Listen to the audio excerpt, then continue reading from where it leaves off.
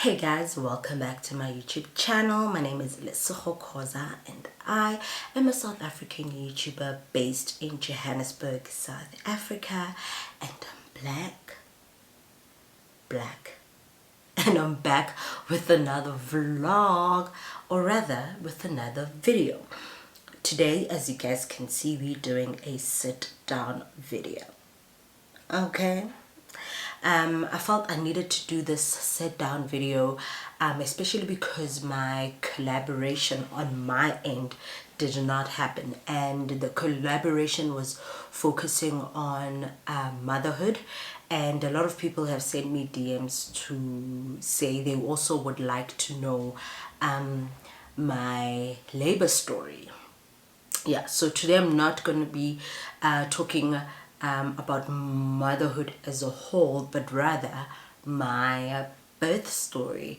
I don't share a lot of mothering stuff, so I just thought, you know what, this is also a part of my life, and yeah, I'd like to share this part with you guys. It's been long overdue. My baby's like 1 year and a few months, so without blabbing and rambling on and on, let's get into the story time, which is my birth story. Okay, so I was pregnant in 2023, as you guys know. For a weird reason, I wanted to be pregnant and give birth without people knowing, like on social media, I mean. But I don't think that's possible, especially when you are doing work, when social media is your work. We announced our pregnancy around May, and also I remember I had a campaign, and always campaign, and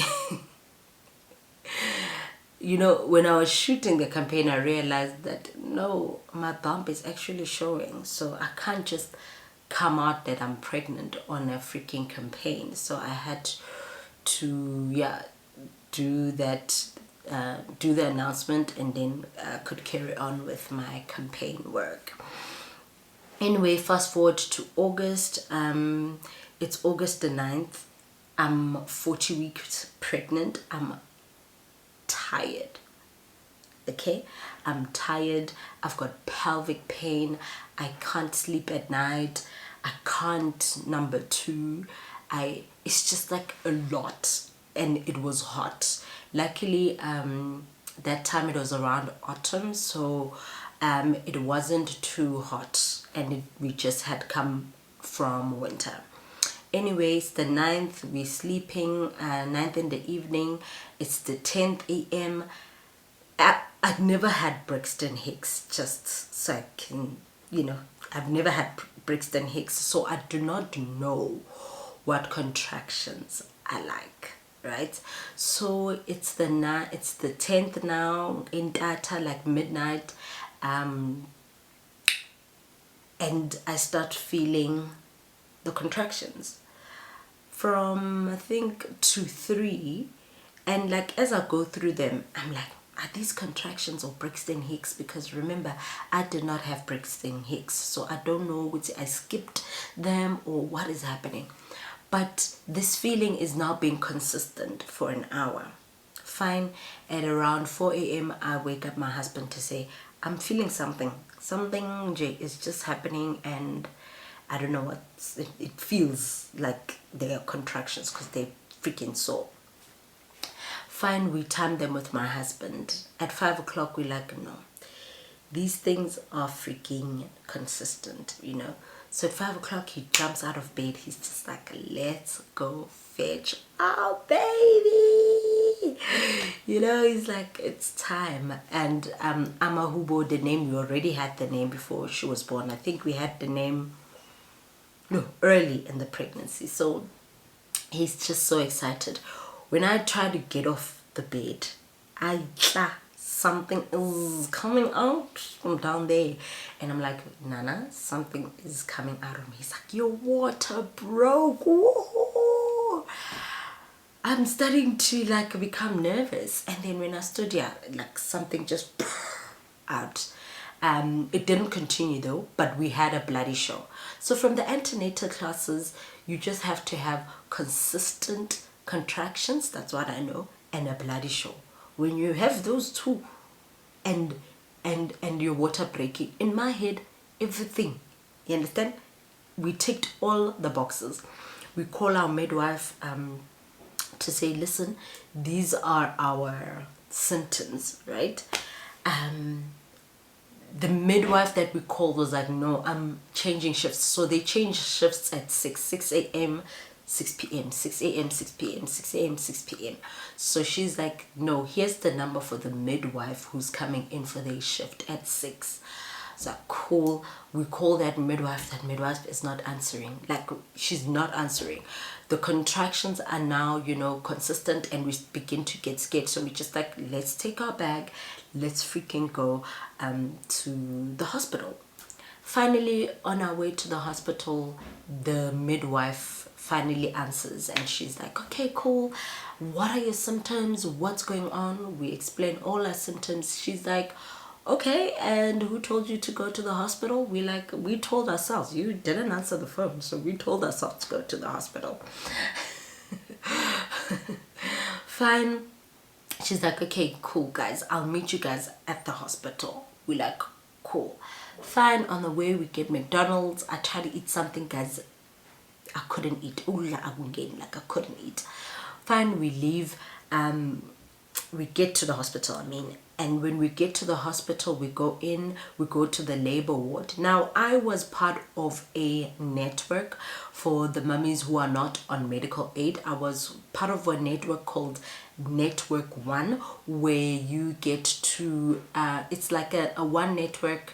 It's a network of midwives, doulas, and gynecologists, as well as a hospital. So the hospital in the network, they only have one hospital.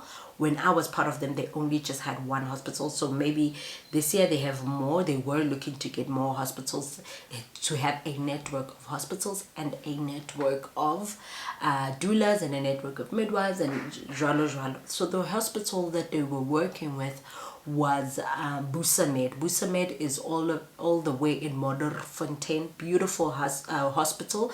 It's a hospital with super specialists. I love that hospital. It's amazing. It's clean. It doesn't smell like a hospital. It's a private hospital as well. It's pretty. So when I got there, the hospital itself has nurses in the labor ward, and then our network brings midwives, you know. So when I got there, my midwife was not there, but the hospital nurses were there. So if the hospital nurses are there, they will take care of you until the people from your network get there. So they work together, basically. Fine. The nurse, everyone's just looking at me like, you shouldn't be okay when you're in labor. Fine, but they're so patient with their patients. Anyway, she puts the thing on me. I forgot the name of the thing, just to check the heartbeat of the baby. And then she puts it, then she goes away, thinking my midwife was going to be there. I think about 20 minutes hit, and my midwife is not there yet. Then she comes back. She's like, your midwife said we must check how far are you dilating. Fine. She checks how far. That thing is sore. When they put their fingers in your vagina, they like checking how far you dilated. That thing is sore. No one must tell you. I don't know what my pain threshold is, but I don't think it's not that high. Fine. She checks. Then she's like, she said either I'm not dilating or something like that. Then I was like, no, something must be wrong, because what I'm feeling. And she was also looking at me. She's like, I don't know. Let's just wait for your midwife. My midwife gets there, and a doula also gets there. But that doula was not her shift. So she was coincidentally at the hospital, and she was told that I was there. So she came to check on me and my husband. And you know, she's like, yeah, no, you are feeling the contractions. I'm like, yeah, I'm feeling the contractions. Fine. My midwife is like, yeah, I have to send you back home. How? Why? I don't know why you're feeling such contractions, but you are not dilating, so you must come back when you are dilating. I'm like, what do you mean? She's like, when you can't cope with the pain anymore, you must come back. Your husband must soak you in a bath and give you Panado and relax. Just come back when the pain is severe. Cool. I leave. I go home. As soon as we arrive in our area where we stay, when we get there, I can, excuse me, feel that no, man, this pain is paining, okay? But they said if I can't talk, it must be at that level. I said fine.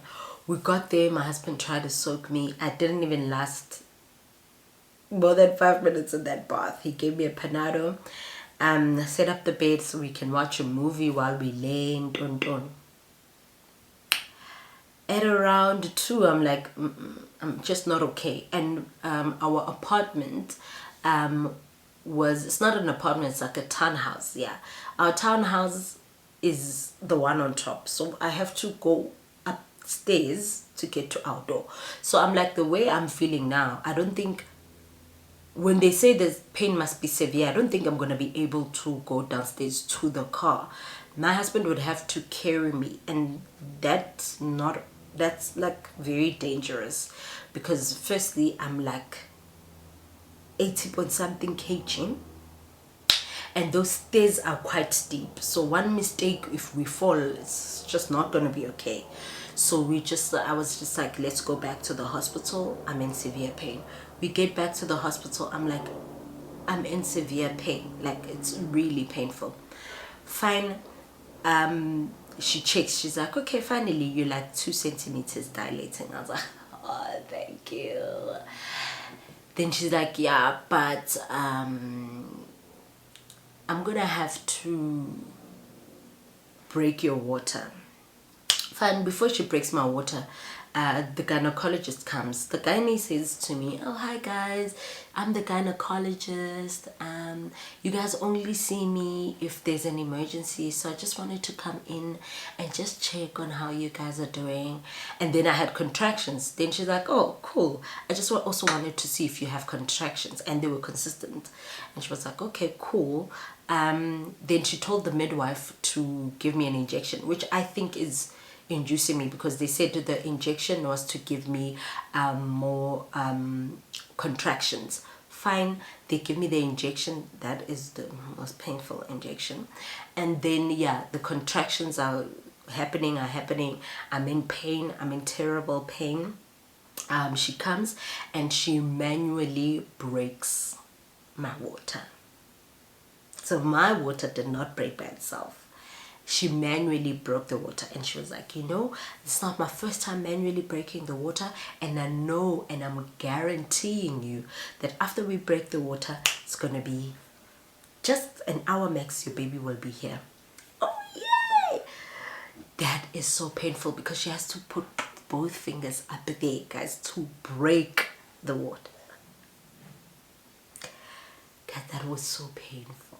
Okay, that, I think I felt like I was giving birth at that time. The water comes gushing out. Wow. So apparently in the morning my water didn't break per se, because when your water breaks, it comes gushing out. I don't know if we missed that at the antenatal classes, or they just don't mention it. But I just thought, like on TV, that your water comes out and then you are good to go. No, it's a gush. It doesn't stop. The water does not stop until you give birth. That's what I heard. Fine, the water comes gushing out. I put on the nappy, adult nappy, because now it's gushing. Fine, it's around 5 o'clock. I'm 3 centimeters dilating. I'm past 12 hours of labor at the moment with consistent pain. She's like, guys, 6 o'clock, my shift is finished. There's going to be another midwife that's coming to take over. We like, cool. When the midwife comes to take over, she checks I'm still 3 centimeters dilating. She's like, cool, we're gonna give you another injection so that the contractions can like and push the baby out. Cool. Did they give it? No, they actually gave me around 10 in the evening, because when she checked around 10 in the evening, I was still 3 centimeters dilating. The baby seems fine on the machine because now that thing is consistently on me. After she checked at 12 to say my water is, to give me the injection because I'm 3 centimeters dilating. We take a walk. My doula's there, giving me massages. It's nice. We're walking around. But at that time, the experience of the doula it's a nice thing to have, but with where I was at 12 o'clock, with now contractions that did not give me a break. So remember, when you're pregnant or in labor, when you give birth, the contractions will happen and they would last like 2 minutes and then they stop, like they go away. Mine just at some point stopped. They stopped giving me breaks. They were just consistent. Okay, I was just feeling pain the whole time, like a major pain, like to the point where at around 2 o'clock I was so numb, and I kept on telling them, like, rather kill me to take it out. Like, I don't know, but I'm just not okay. Like I was not okay. Oh my gosh, why am I emotional? Ooh. But I was just not okay, guys. So it's painful, and my husband can see now that it's not on. He calls my midwife and my doula outside to say, guys, she's not going to be able to do this. She won't be able to give birth. Like, she's just in pain and she won't be able to push this kid out. I think at 12 o'clock I was 5 centimeters dilating, but now the baby's not moving. So they call for emergency C-section. My midwife comes to me and tells me that they've called an emergency C-section, and that she's so sorry that I couldn't do this the way I wanted to do it, and she's grateful that I tried. They've done all they could, but the baby's just not moving, so they have to call an emergency C-section. I was just like, it's fine. It's fine. I'm also tired.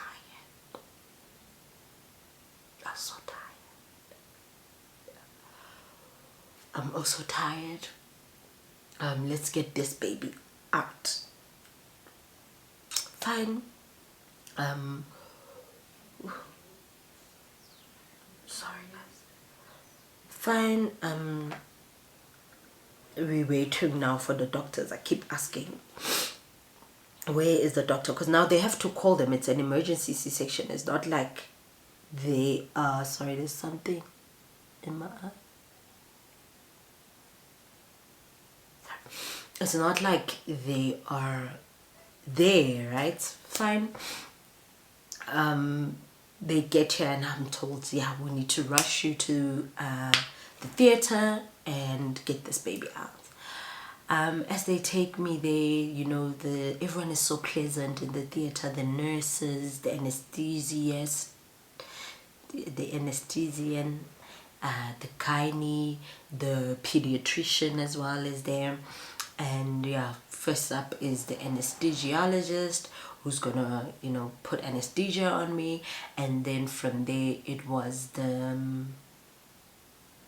I think the gynae, I'm not sure, I think the nurse, she puts on the catheter, that thing, if you won't be able to go to the loo, it helps you with that. Fine, we got that done and everything, and they were like, quick, your baby's gonna be here. I said, fine, cool. I laid there. My husband was laying here right next to my head, and they did it. And then now the problem was the baby was too big. She had to cut extra. She had to cut extra, on the C-section stuff.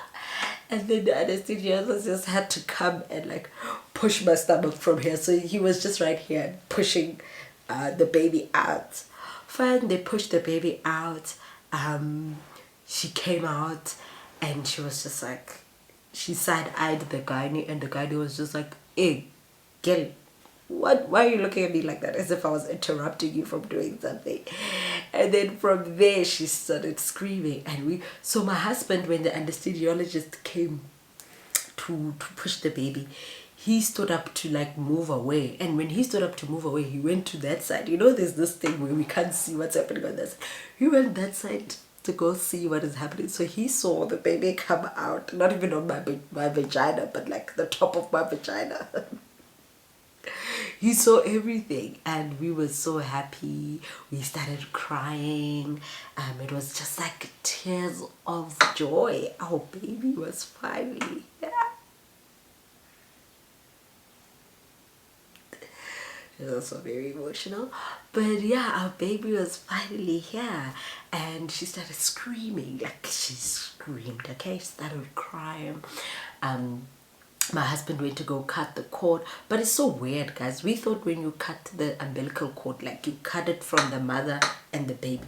No, the doctor actually cuts it, and when they put the baby there, they themselves also, like, they give you like a piece like this. So the doctor cuts a piece like this, and then the pediatrician makes you cut the other piece.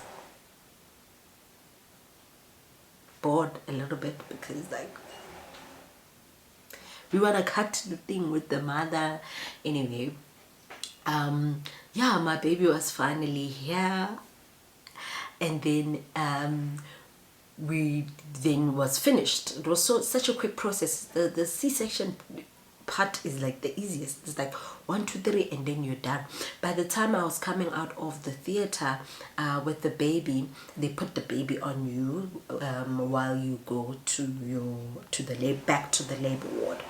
And I had my baby on my chest the whole time, smiling and shivering because now the anesthetic is coming out of me, and now it's like cold and I'm like freezing. We take pictures. Bonko also does the thingy, the baby chest in Dondoni as well. He puts the baby in Dondoni. Then he goes out. I don't know where he went. Sorry. So loud. They put the baby here, and then from there we took pictures with the midwife, dressed the baby. I tried to feed the baby because like she was already going the whole time. And then they came to do tests on the baby. After they did tests on the baby, they're like, hey boo, this baby is got low glucose or something like that, like low sugar levels. Fine. The nurse who came to test the baby comes back with the results and says, no, the baby needs to be rushed to the NICU.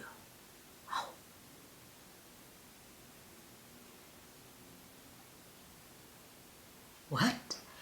The baby needs to be rushed to the NICU. She's not okay. What? The baby's not okay, okay? They take the baby, they take off all the clothes that she has, and now that little bassinet from the hospital is like empty. Yo, okay? Ponko comes back. I'm like, bruh, they took the baby, dun. He goes as well to see the baby. The baby for real is in the NICU. Fine, the baby's in the NICU, which is neonatal intensive care, which is like ICU for grown folks. So then, fine. besides that, you know, thinking about it makes me want to cry. But like in the moment, I had peace, guys. Peace that surpasses all understanding. Somehow I knew that my baby's gonna be fine, okay? Fine, I don't see the baby. That was the last time I see the baby. When the nurse takes the baby, it's the next day now. I wake up, I managed to take a shower because I can move now. And then our moms come, my mom and Bonko's mom, my little sister, they come, they visit, and then they get to see the baby. And then when after they leave, like I could walk, I had strength to just like walk to the NICU and see my baby. Look, guys, when I got there, those machines, yeah, were a lot. Like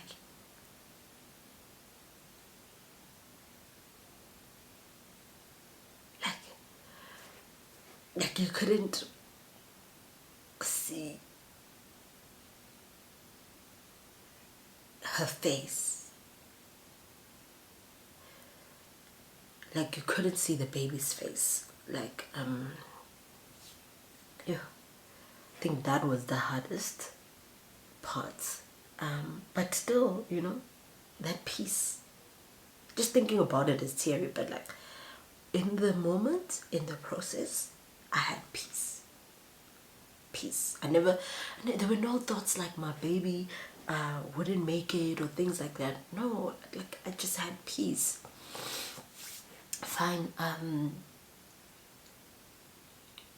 Now I get discharged. I have to leave my baby at the hospital.